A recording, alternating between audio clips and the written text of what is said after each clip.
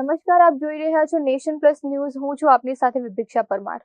વડોદરાની માંજલપુર વિધાનસભા બેઠકની પેટા ચૂંટણીની આચારસંહિતાના અમલ વચ્ચે આજે વડોદરા મ્યુનિસિપલ કોર્પોરેશનની સ્ટેન્ડિંગ કમિટીની એક મહત્વની બેઠક યોજાઈ હતી.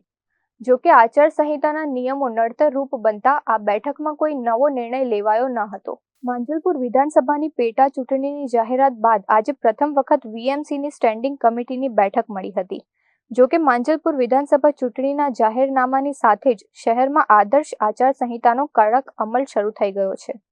ચૂંટણી પંચના નિયમો અનુસાર આ ગાળા દરમિયાન વહીવટી તંત્ર કે શાસકો દ્વારા પ્રજાલક્ષી નવા કામોની જાહેરાત કે કરોડો રૂપિયાના ટેન્ડરોને મંજૂરી આપી શકાતી નથી, જેને કારણે આજે મળેલી બેઠકમાં કોઈ પણ નવો એજન્ડા ચર્ચા માટે આવી શક્યો ન હતો.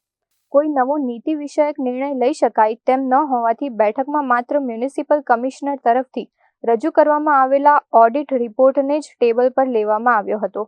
સ્ટેન્ડિંગ કમિટીના સભ્યોએ આ ઓડિટ અહેવાલને વંચાણે લઈ તેની માત્ર સત્તાવાર નોંધ મેળવીને આજની સભા સમેટી લીધી હતી.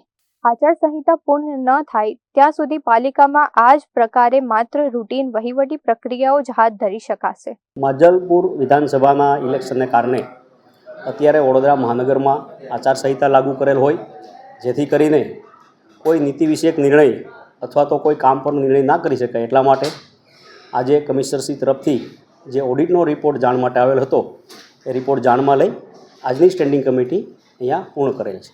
Bureau report, nation plus news, Vadodara. સમાચારોના સતત અપડેટ મેળવવા માટે અમારી નેશન પ્લસ ન્યૂઝની યુટ્યુબ ચેનલને સબસ્ક્રાઇબ કરો, બેલ આઇકન દબાવો અને જોડાયેલા રહો ફેસબુક, ઇન્સ્ટાગ્રામ અને ટ્વિટર પર.